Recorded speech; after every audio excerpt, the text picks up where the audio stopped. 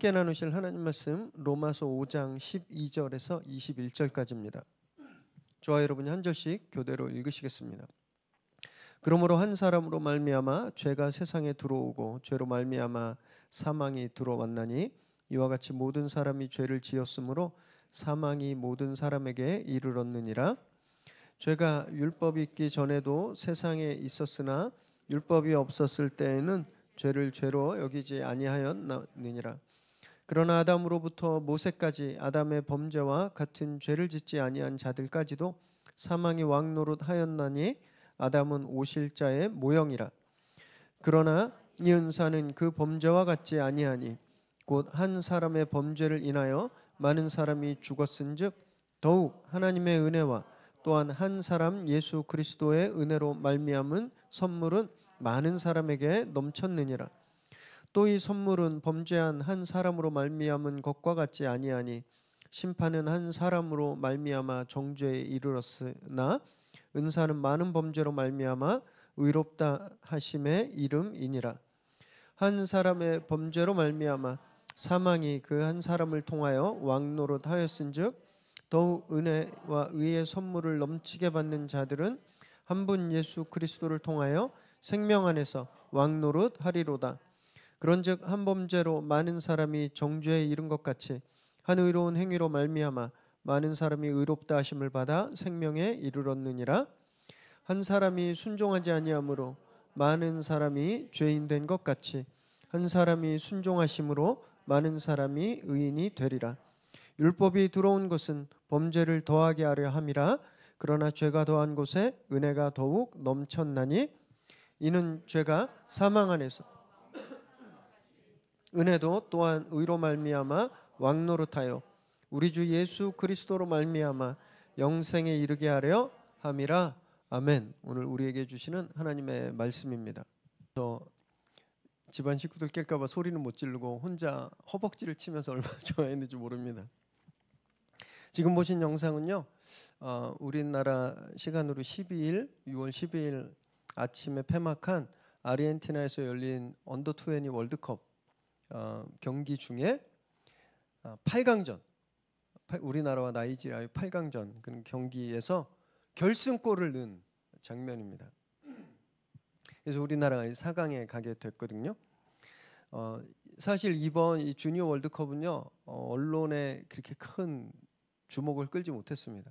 다 본선 진출 할까 말까 막 이렇게 생각했었어요. 기사도 잘 안 나오고. 2년 전에 대회에서는 이강인이라는 아주 걸출한 스타 플레이어가 있었습니다. 그래서 막 관심도 엄청 받았고 실제 준우승까지 했어요. 2년 전에는. 근데 이번 경기는 그런 스타 플레이어가 없는 거예요. 그래서 기대도 안 하고 별로 주목도 안 하고 그랬는데 예상과 달리 우리 선수들이 기대 이상으로 너무너무 잘 뛰어줬습니다. 그래서 4강이라는 쾌거를 이루었어요. 다행히 하나님이 저를 사랑하셔서 이렇게 시간표를 짜주셨는지 모르지만 제가 쉬는 날 새벽마다 이 경기가 있어서 제가 좀 경기를 그래도 많이 좀 볼 수 있었습니다. 특별히 잘하는 선수는 없는데 그냥 선수들이 죽을 힘으로 뛰더라고요. 자기 능력의 200% 이상 뛰었어요. 저는 4강까지 간 거 기적이라고 생각합니다. 프랑스도 이겼습니다. 남미의 강호 에콰도르 이기고요. 아프리카 강호 나이지리아도 지금 이긴 거예요. 차례차례 이 강팀들 진다라고 다 생각했는데 차례차례 꺾고 올라가는 모습이 막 이 폭포를 막 이렇게 힘겹게 탁탁 점프해서 올라가는 그런 생선 연어를 보는 것 같은 그런 감동이었습니다. 저도 그렇고 여기 계신 분들 아무도 이 경기를 직접 뛴 분 없으시죠, 그죠? 그런데 이 선수들이 이겼을 때 그 승리가 우리의 승리가 됐습니다. 공 한 번도 안 차봤는데 이 대표 선수가 이기니까 저도 이긴 거예요. 이 다음 경기 준결승에서 이탈리아와 경기하다가 2대1로 아깝게 패했습니다. 되게 화가 났어요. 실제 그런 일이 있었는지 모르겠지만 아니면 제가 너무 감정이입을 해서 그런지 모르겠지만 심판이 너무 못되게 판결하는 게 여러 번 나왔거든요. 결국 졌습니다. 속상했는데 이거 무효야 이렇게 말하는 사람 없었어요. 내가 안 뛰었으니까 이 경기 무효야, 나는 안 졌어 이렇게 말하는 국민 한 명도 없었습니다. 그냥 이 선수들이 지니까 우리나라가 다 진 거예요. 다 속상하지만 다 그 패배를 인정했습니다. 이것이 대표 선수가 가지고 있는 자격이고 위상인 거예요. 대표 선수가 이기면 다 이기는 겁니다. 우리나라. 대표 선수가 지면 우린 그냥 지는 거예요. 내가 경기를 뛰었든 안 뛰었든 상관없이. 이게 대표 선수의 의미입니다. 오늘 본문에서 바울이 그 대표 선수에 대한 이야기를 합니다. 운동 경기에만 대표 선수가 있는 게 아니라 우리 운명에도 대표 선수가 있다는 거예요. 그 대표 선수가 실패하면 다 실패한 운명이 되는 거고, 그 대표 선수가 승리하면 다 이기는 운명이 된다. 이 말을 오늘 바울이 하고 있는데, 오늘 말씀을 나누실 때 이 대표 선수들의 패배와 승리를 통해서 우리 운명이 어떻게 바뀌게 되었는지 우리가 그것을 다시 한번 확인하는 그런 시간 되시기 바랍니다. 아멘. 네, 아멘 크게 해주세요. 네, 12절 읽습니다. 시작. 그러므로 한 사람으로 말미암아 죄가 세상에 들어오고 죄로 말미암아 사망이 들어왔나니 이와 같이 모든 사람이 죄를 지었으므로 사망이 모든 사람에게 이르렀느니라. 앞단락에서 바울이 무엇을 이야기했냐면요, 그리스도께서 하나님과 우리 사이에서 이루신 일에 대해서 말했습니다. 우리가 죄인이었을 때, 우리가 착하게 살지 않았을 때, 예수 믿기도 전에 우리가 죽을 수밖에 없는 죄인이었을 때 주님이 우리를 위해서 죽으셔서 하나님과 우리를 화목케 하셨죠. 화해하게 하셨어요. 또 부활하심으로써 그 구원을 가능하게 하셨다라고 말씀하셨습니다. 그런데 이거에 대해서 반론이 있을 수 있었겠죠. 아니 어떻게 예수 한 사람으로 율법이 있는 유대인들 그리고 율법이 없는 이방인들 가리지 않고 모두를 다 어떻게 의롭게 할 수 있어? 그게 가능해? 이런 반론이 있는 거죠. 그래서 바울이 오늘 그 변증을 시작하면서 아담의 이야기를 먼저 하고 있는 겁니다. 한 사람 때문에 다 살게 됐다라는 것을 검증하기 위해선 한 사람 때문에 다 죽었다라는 것을 논증해야 되는 거예요. 그래서 아담의 이야기를 시작하는데, 아담의 불순종 때문에 정말 어마어마한 악한 영향력이 인간 세상에 침투했다는 겁니다. 그 결과가 죄와 죽음이라고 말하는 거예요. 나는 그런 죄 저지른 적 없는데, 나는 선악과 따먹지도 않았는데 왜 내가 그런 죄와 사망에 빠져야 돼? 아담이 최초의 인간이고 우리 인류의 대표 선수이기 때문에 그렇습니다. 그래서 대표 선수가 실패하니까 그 이후로 모든 인생들이, 모든 운명이 실패한 운명이 돼버린 거예요. 그래서 다 죽잖아요. 안 죽는 사람 한 명도 없습니다. 아담의 범죄 이후로 모든 인간은 다 죽었습니다. 이게 그 증거예요. 전도하다 보면 굉장히 과격하게 예민하게 반발하시는 분이 있어요. 왜 내가 죄인이냐? 내가 도둑질해서 강도짓을 했어. 참 이해는 되는데 그래도 어쩔 수 없어요. 인류 최초의 대표 선수였던 아담이 패배했기 때문에 동의하든 안 하든 억울하든 화나든 상관없이 우리는 다 죽을 운명인 겁니다. 우리는 그냥 다 죄인이었던 거예요. 여기서 이제 난제가 생겨납니다. 그런 질문들 안 받아보셨어요? 이순신 천국 갔나요? 이순신 장군? 세종대왕님 천국 갔나요? 우리 한국 위인전에 나오는 복음이 우리나라에 전해지기 이전에 선하고 착하고 훌륭하게 살았던 분들 다 지옥 가나요? 또는 더 현실적이고 직접적인 난제인데, 아기가 태어나자마자 죽었어요. 지옥 갈까요? 아니면 지적 장애가 있거나 뇌성마비 때문에 인격적으로 신앙을 고백할 수 없는 그런 분들은 지옥 가나요? 천국 가나요? 제가 어렸을 때는요, 교회에서 아기가 태어나서 죽으면 지옥 간다고 배웠습니다.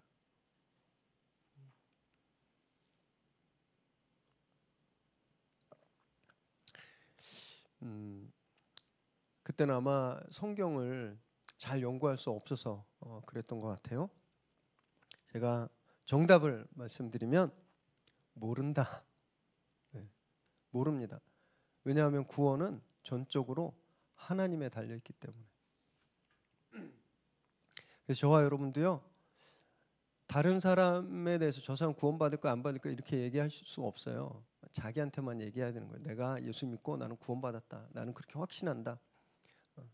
아무도 믿는 저 사람이 구원받을 거다, 교회 안 다니는 저 사람이 지옥 갈 거다, 아무도 판단하고 이야기할 수 없습니다.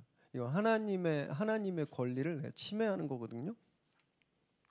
하지만 성경을 통해서 우리가 추측할 수는 있습니다. 유아들이 죽거나 장애인들이 예수님을 제대로 고백하지 못하고 죽었을 때 이들이 어떻게 될까? 우리 성경을 통해서 추측해 볼 수 있는데, 디모데전서 2장 4절 읽습니다. 시작. 하나님은 모든 사람이 구원을 받으며 진리를 아는 데에 이르기를 원하시느니라. 하나님이 원하시는 것이 있는데, 하나님은 예수 잘 믿는, 교회 열심히 다니는 유래새로운교회 같이 진짜 보석 같은 요만큼만 구원하기를 원하신다는 게 아니라 가능한 모든 사람들이 구원받기를 원하신다라는 거예요. 하나님 사랑이 많으신 하나님의 성품입니다. 하나님 성품은 최대한 더 많은 사람이 구원받기를 원하신다는, 이게 하나님의 성품이에요. 또 사무엘하 12장 23절 읽습니다. 시작. 지금은 죽었으니 내가 어찌 금식하랴. 내가 다시 돌아오게 할 수 있느냐. 나는 그에게로 가려니와 그는 내게로 돌아오지 아니하리라 하니라. 요 고백은 다윗이 언제 한 거냐면, 밧세바와 범죄하고 나서 태어난 아기가 죽었어요. 아기가. 그때 다윗이 이렇게 이야기하는 거예요. 나는 그에게로 갈 수 있다. 나는 그 아기한테 갈 수 있고, 그러나 그 아기는 지금 여기 다시 살아날 수 없으니까 나한테로 올 수 없다. 이 얘기를 한 거예요. 무슨 말이냐면, 자기가 나중에 죽어서 아기가 있는 곳으로 간다라는 고백입니다. 다윗은 지금 이 아기가 누구하고 있다고 고백하는 거 믿는 거예요? 하나님과. 심지어 죄의 결과로 태어난 아기잖아요. 그러니까 태어나자마자 곧 죽었는데 다윗은 이 아기가 하나님과 함께 있다고 믿는 거예요. 이런 구절을 통해서 우리가 추측할 수 있는 거예요. 하나님은 가능한 많은 사람을 구원하고 싶어 하시고, 성경 보니까 갓난 아기가 태어나자마자 죽었는데 천국에 갔다고 무려 다윗이 그렇게 믿고 고백하는 걸 보니까, 아기들이나 지적 장애를 가지신 분들은 하나님의 사랑의 근거에서 구원받을 가능성이 훨씬 크구나, 이렇게까지만 딱 생각하시면 되는 겁니다. 이렇게까지만. 이순신 장군, 세종대왕 다 마찬가지예요. 이렇게까지만 생각하시면 돼요. 요즘 저 어렸을 땐 또 자살하면 지옥 간다 그랬습니다. 심지어 이혼하면 지옥 간다라고도 그랬어요. 그러지 않습니다. 하나님의 성품은 그러지 않아요. 하나님의 성품은 우리가 그렇다 아니다 이야기할 수는 없습니다. 그러나 하나님의 성품을 근거로 이야기할 수 있는 건 딱 여기까지예요. 그럴 가능성이 훨씬 더 구원받을 가능성이 훨씬 더 많다, 이렇게까지만 이야기할 수 있는 겁니다. 이런 특별한 말씀드린 케이스를 제외하고 성경이 분명하게 이야기하고 있는 건요, 아담 이후로 모든 사람은 죄인이고 죽는다라는 겁니다. 비슷한 죄를 저지르지 않았더라도, 평소에 너무너무 착하고 선하게 살았더라도, 율법을 유대인들처럼 지키고 율법을 가지고 살았더라도 절대 예외일 수 없는 겁니다. 우리는 다 죄인이에요. 바울이 율법에 대해서, 이제 그 죄에 대해서 이야기를 하는데 13절 14절 읽습니다. 시작. 죄가 율법 있기 전에도 세상에 있었으나 율법이 없었을 때는 죄를 죄로 여기지 아니하였느니라. 그러나 아담으로부터 모세까지 아담의 범죄와 같은 죄를 짓지 아니한 자들까지도 사망이 왕노릇하였나니 아담은 오실자의 모형이라. 율법이 없었을 때는 죄를 죄로 몰랐을 뿐이다. 아담부터 모세까지 아담과 같은 그런 죄를 저지르지 않았더라도 그들은 사망의 왕노릇, 다 죽었다. 죄의 결과로 다 죽었다. 그러니까 다 죄인이었다라고 말하고 있는 거예요. 법은 어떤 행위가 죄인가 죄가 아닌가를 판결해 주는 기준입니다. 죄를 용서해 줄 수는 없어요. 그렇죠? 우린 대한민국에 법전이 있습니다. 형법, 민법, 헌법이 다 있는데 그 법전 갖고 있다고 살인죄를 저지른 사람이 무죄가 되는 거 아니거든요. 무죄가 되기 위해서는 어떻게 해야 되는가? 판사가 땅 때려야 되는 거예요. 판사가. 그래서 법은 우리를 구원시킬 수 있는 능력이 없는 거예요. 유대인들이 하도 이 법에 대해서 이 법이 자신들을 구원할 거라고 생각하니까 지금 바울이 이 이야기를 하는 겁니다.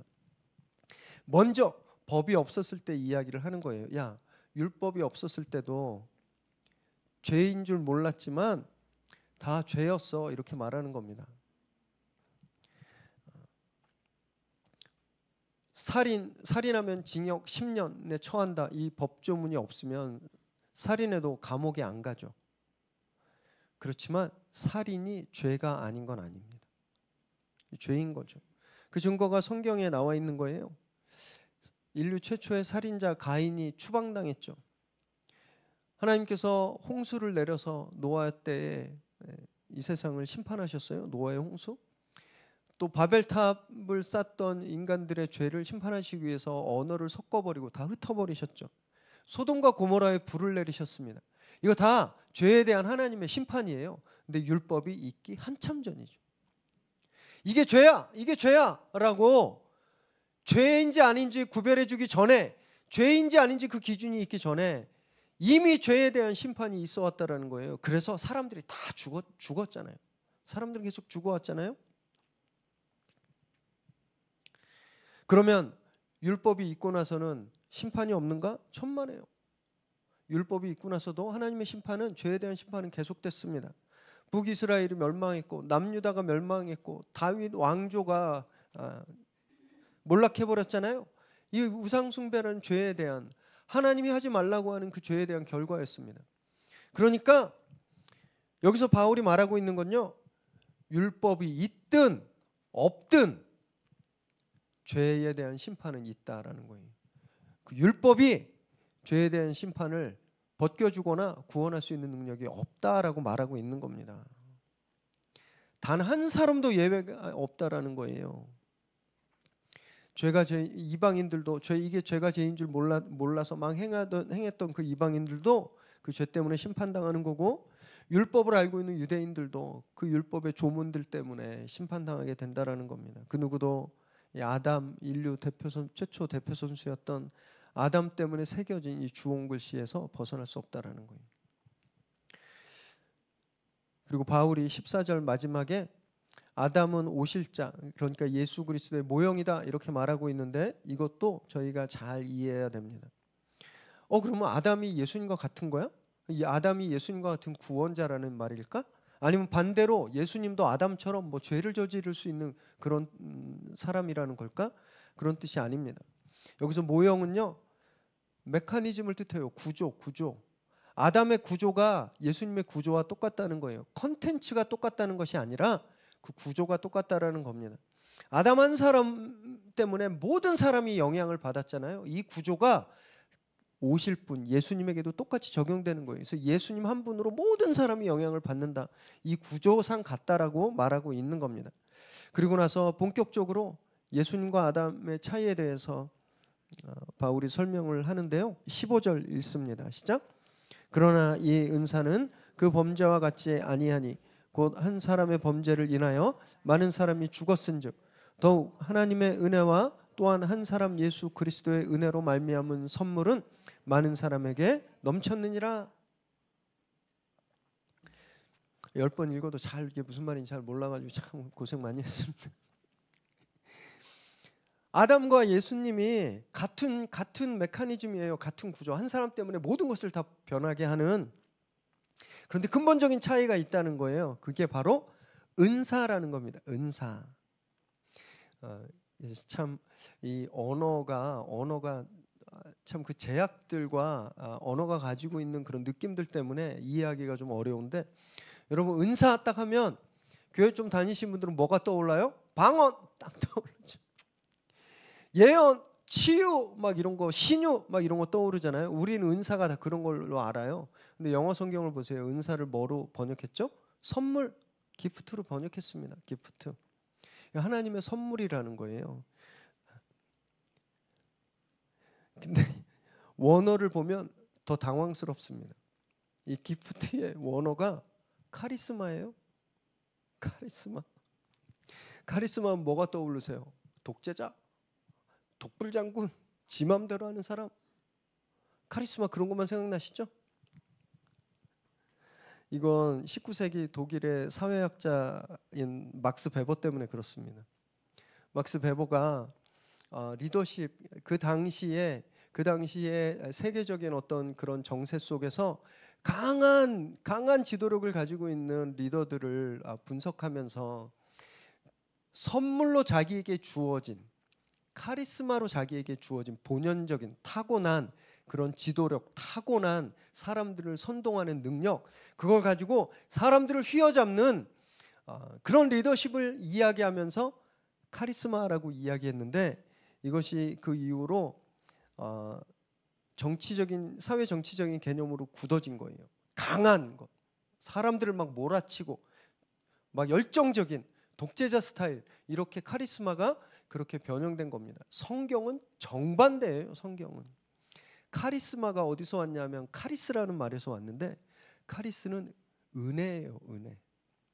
하나님의 은혜. 지금까지 바울이 말한 하나님의 은혜. 나를 너무 사랑해서, 내가 죄인이었는데 나를 안 죽이신 분, 나를 끝까지 기다리시고 당신의 아들을 죽이신 그 하나님의 은혜, 그 은혜로 주어진 생명, 구원, 그게 카리스마라는 겁니다.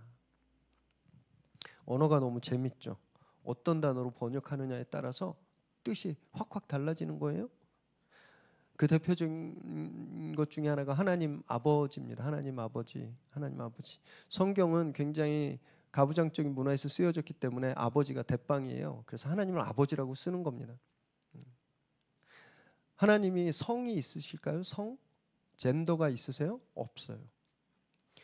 근데 이 하나님 아버지라는 말 때문에 어렸을 때 아버지한테 학대받고 가정폭력에 그런 피해를 입어서 트라우마가 있는 사람은 교회 나와서 하나님 아버지 하면 심장이 덜컥거리는 거예요. 하나님의 사랑이 전혀 느껴지지 않아요. 왜? 자기를 괴롭혔던, 자기를 힘들게 했던 그 아버지가 하나님 아버지라는 단어에서 투영되기 때문에 그래요. 그래서 언어를 굉장히 잘 사용해야 됩니다. 배타적인 언어들은 최대한 사용하지 않으려고 해야 되고, 오해 살 만한 언어들은 우리가 공부해서 그 뜻을 명확히 알아야 될 필요가 있는 거죠.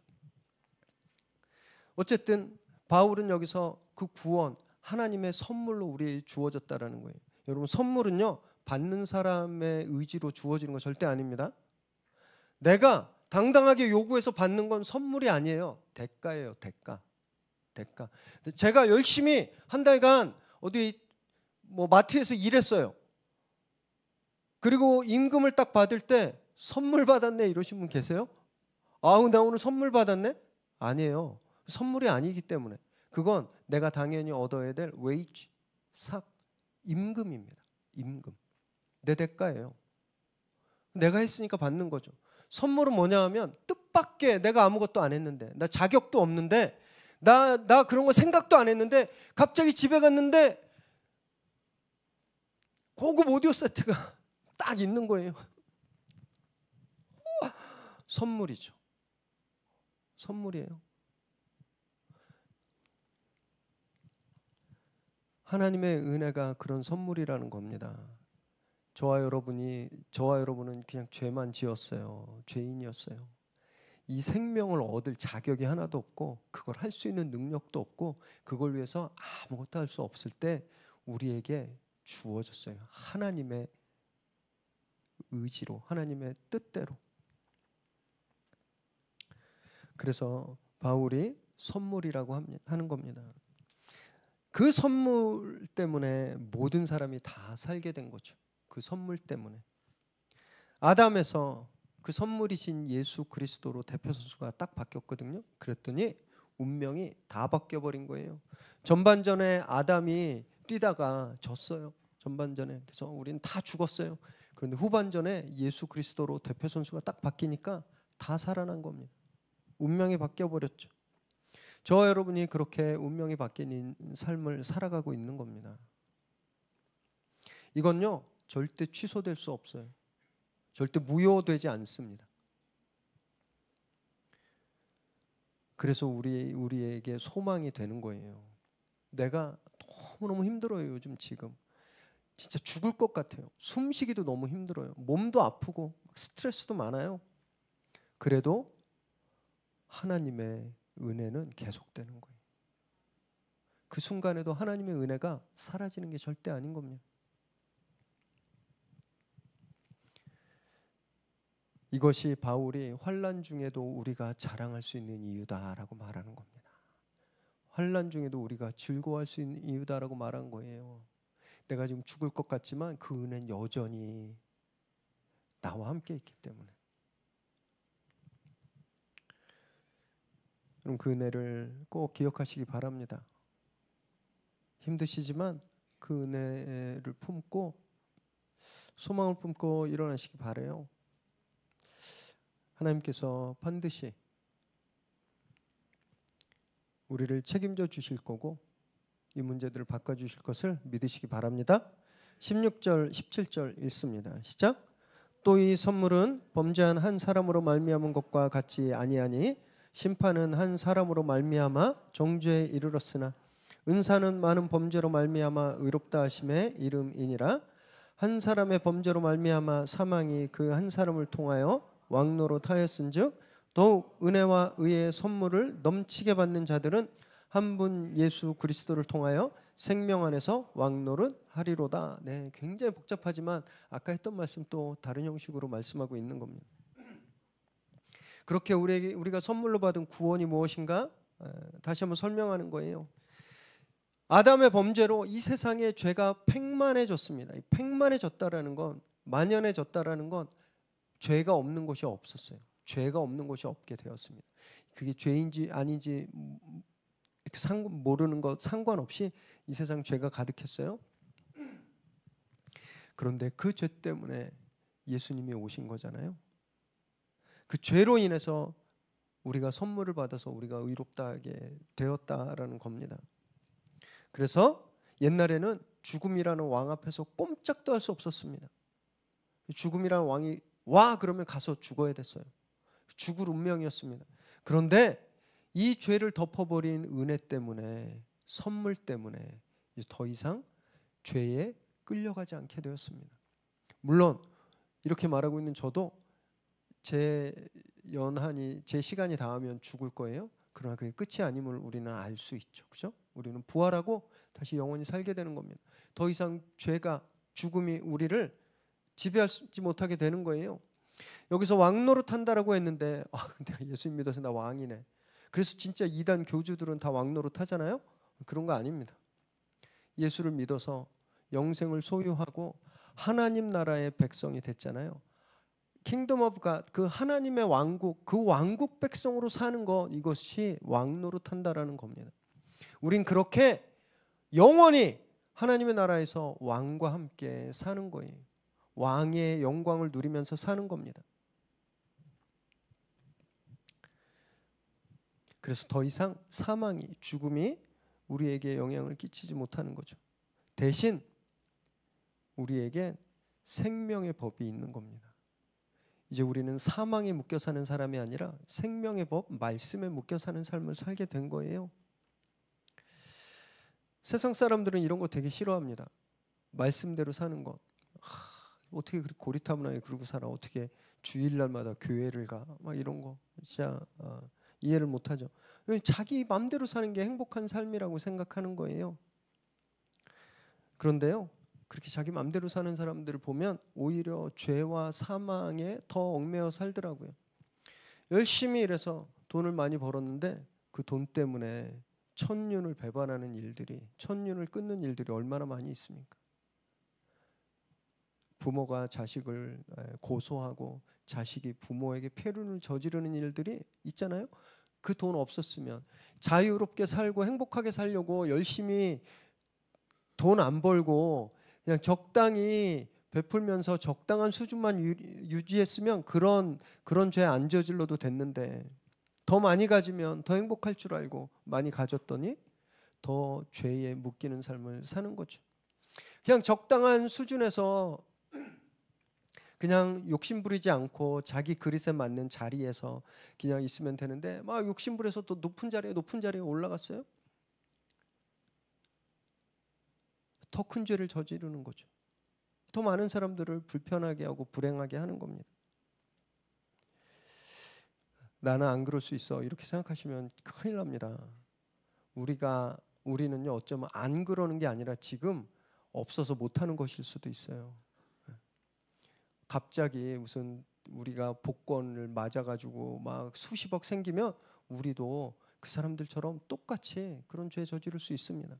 그런 기사 많이 봤잖아요. 행복한 가정인데 형제들 우애도 좋았는데 오빠가 20억 복권 맞았더니 가정이 막 풍비박살나고 어머니가 아들한테 돈 뺏어달라고 법원에 와서 1인 시위하고 막 그런 일도 있습니다. 심지어는 청부살인을 보내기도 하고요. 아무도 장담할 수 없습니다. 그래서 자만하지 말고 늘 말씀의 법에 묶여 있어야 되는 거예요. 우리가 나도 얼마든지 그럴 수 있다라는 것을 겸허히 받아들이고 안 그러려고 말씀에 묶여 있어야 되는 겁니다. 그것이 하나님이 원래 의도하신 행복한 삶을 사는 비결인 거죠. 진짜 왕의 은혜에 순종하며 살아가는 삶은, 그 삶이 바로 진짜 왕 노릇하는 삶이라는 것을 저와 여러분이 잊지 않게 되길 바랍니다. 18절 19절 읽습니다. 시작. 그런즉 한 범죄로 많은 사람이 정죄에 이른 것 같이 한 의로운 행위로 말미암아 많은 사람이 의롭다 하심을 받아 생명에 이르렀느니라. 한 사람이 순종하지 아니함으로 많은 사람이 죄인 된 것 같이 한 사람이 순종하심으로 많은 사람이 의인이 되리라. 이제 바울이 그 반론에 대해서 어떻게 예수 한 명 때문에 이방인이든 유대인이든 남자든 여자든 주인이든 종이든 다 의롭게 될 수 있겠냐라는 반론에 답을 주는 거예요. 봤지? 아담 한 사람 때문에 다 죽었잖아. 율법을 알든 모르든 다 죽었지. 이거하고 똑같은 거야. 그래서 예수님 한 분 때문에 우리가 다 살게 된 거야 라고 말하고 있는 거예요. 여기서 많은이라는 말은요, many가 아닙니다. all 뜻해요. all. 모든을 뜻합니다. 유대인이든 이방인이든 다라는 것을 말하는 거예요. 죄가 아무리 깊어도, 죄가 아무리 만연해도 그 은혜의 선물은 그 모든 죄를 덮고도 남는다. 이방인 유대인 가리지 않는다라고 말하고 있는 겁니다. 이렇게 구원은 이미 이루어졌습니다. 그런데 아직 완성되진 않았죠. 왜? 우리는 여전히 이 육신의 한계를 입고 살아가잖아요. 아프고 또 때 되면 죽잖아요. 우린 그런 한계에 갇혀 있는 겁니다. 그래서 하나님의 시간에서 구원은 이례적인 사건이에요. 완성되는 사건. 하나님의 시간에서 예수 그리스도의 십자가에 과거와 미래가 다 구원이 완성됐습니다. 하나님의 시간에서 하나님의 나라는 하나님의 시간에서 현재예요. 그런데 우리는 아닙니다. 왜? 우리는 이 육신이 있기 때문에 우리의 시간은 과거, 현재, 미래밖에 없어요. 지나가면 돌아갈 수 없죠. 내일은 미리 살 수 없습니다. 그래서 우리에게 이 구원은 세 가지 시제가 있어요. 세 가지 시제. 첫째, 과거 시제. 이건 뭐냐면 옛날에 2000년 전에 예수님이 십자가에 달려서 죽으시고 부활하셨을 때 우리 시간에서 과거에 일어난 사건, 그게 우리의 과거의 구원입니다. 미래의 구원은 무엇인가? 예수님이 다시 오시는 날 우리가 부활의 몸을 입고 영원히 살게 되는 것, 그것이 완성이에요. 구원의 완성. 중요한 건 현재예요. 현재. 그럼 구원의 현재는 무엇일까? 많은 분들은 예수 믿습니다. 아멘. 그러면 구원이 끝난 줄 잘못 생각하고 있어요. 착각해요. 엄밀하게 말하면 예수님 믿습니다. 아멘. 끝났다. 나 이제 구원 끝났다. 이제 더 이상 없다. 이렇게 얘기하는 건 구원파 교리입니다. 그래서 구원파는요, 몇 월 며칠 몇 시에 구원받은이가 되게 중요해요. 그게 일종의 출생증명서, 주민등록증, 무슨 영적 주민등록증 같은 거라 그게 있으면 그 이후로는 완성됐다고 이야기하는 거예요. 성경은 절대 그렇게 얘기하지 않습니다. 빌립보서 2장 12절 읽습니다. 시작. 그러므로 나의 사랑하는 자들아 너희가 나 있을 때뿐 아니라 더욱 지금 나 없을 때에도 항상 복종하여 두렵고 떨림으로 너희 구원을 이루라. 빌립보 교인들에게 보내는 바울의 편지거든요. 교인들, 예수 믿고 다 구원받은 사람들이에요. 그 사람들한테, 그 교인들한테 바울이 뭐라 그러는 거예요? 더 말씀에 순종하고 두렵고 떨리는 마음으로 구원을 이루어가라.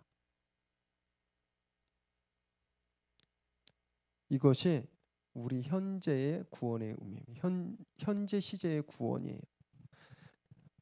말씀드렸죠. 과거 십자가 사건으로 이미 온 구원, 그리고 예수님이 오실 때 완성될 구원, 이 시간을 우리가 살아가고 있잖아요. 그래서 우리의 구원은 현재 진행형인 겁니다. 날마다 오해하지 마세요. 예수 믿습니다. 아멘. 그리고 또 내일 와서 예수 믿습니다. 아멘. 그게 아니라 우리가 얻은 구원을 완성될 그날까지 진짜 망가지지 않도록, 훼손되지 않도록 늘 말씀에 순종하면서 날마다 지켜가는 것, 이것이 지금의 현재형의 구원이라는 거예요. 아셨죠? 그래서 예수 믿습니다. 아멘. 이제 끝났습니다. 이거 절대 아닙니다. 온 힘을 다해서 지켜야 되는 거예요.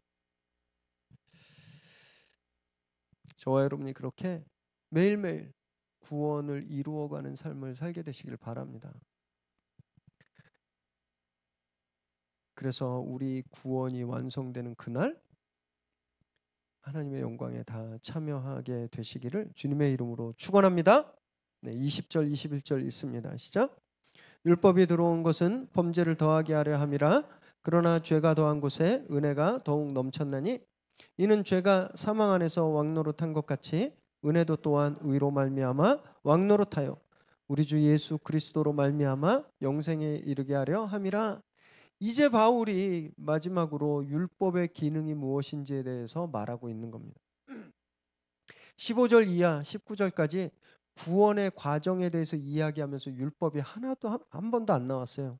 왜냐하면 여기에 율법이 끼어들 틈이 없어요. 율법의 기능은 아까도 말씀드렸지만 구원하려는 것이 아니라 뭐가 죄인지 알려주는 겁니다. 자, 13절에 보면 율법이 없었을 때는 죄인데 죄인 줄 몰랐다 그랬잖아요. 그러니까 사람들은 마치 어떻게 생각했냐면 이 세상에 죄가 없다고 생각했습니다. 죄인 줄 모르니까. 그런데 율법이 딱 주어졌어요. 그래서 봤더니 이거 죄네? 이것도 죄네? 이것도 죄네? 갑자기 죄가 많아져 버린 거예요. 죄가 생겨난 게 아니라 원래 있었는데 몰랐던 죄가 죄로 밝혀진 거죠. 그래서 여기에 범죄를 더하게 하려 한다라는 겁니다. 율법 때문에 죄가 더 많아진 게 아니라 몰랐던 죄들이 죄로 밝혀지니까 죄 항목들이 막 늘어나잖아요. 율법이 이 기능을 했다라고 말하고 있는 거예요. 그래서 그렇게 많아졌을 때 은혜가 그것을 다 덮고 넘쳤다라고 말하는 겁니다. 그래서 우리가 영생에 이르게 된 겁니다.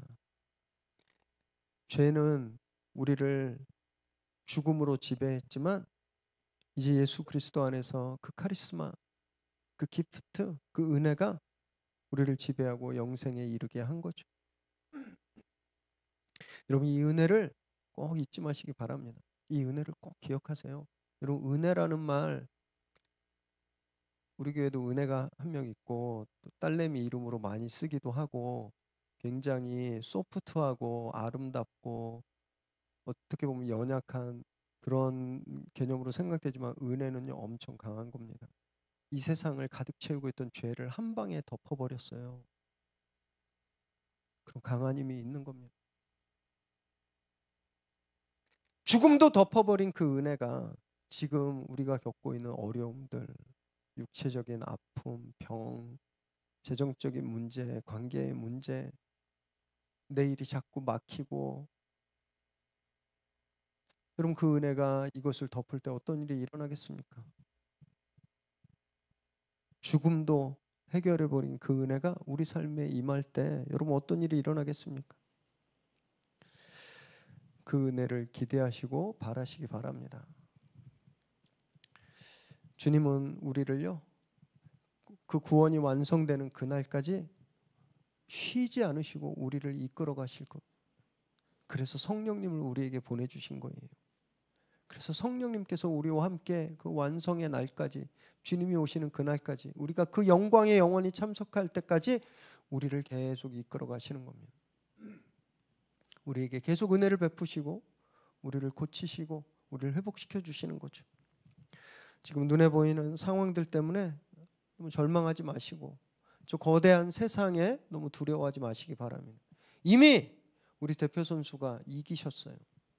우리는 지금 좀 힘들지만 우리 이미 이긴 나라 백성입니다. 우리.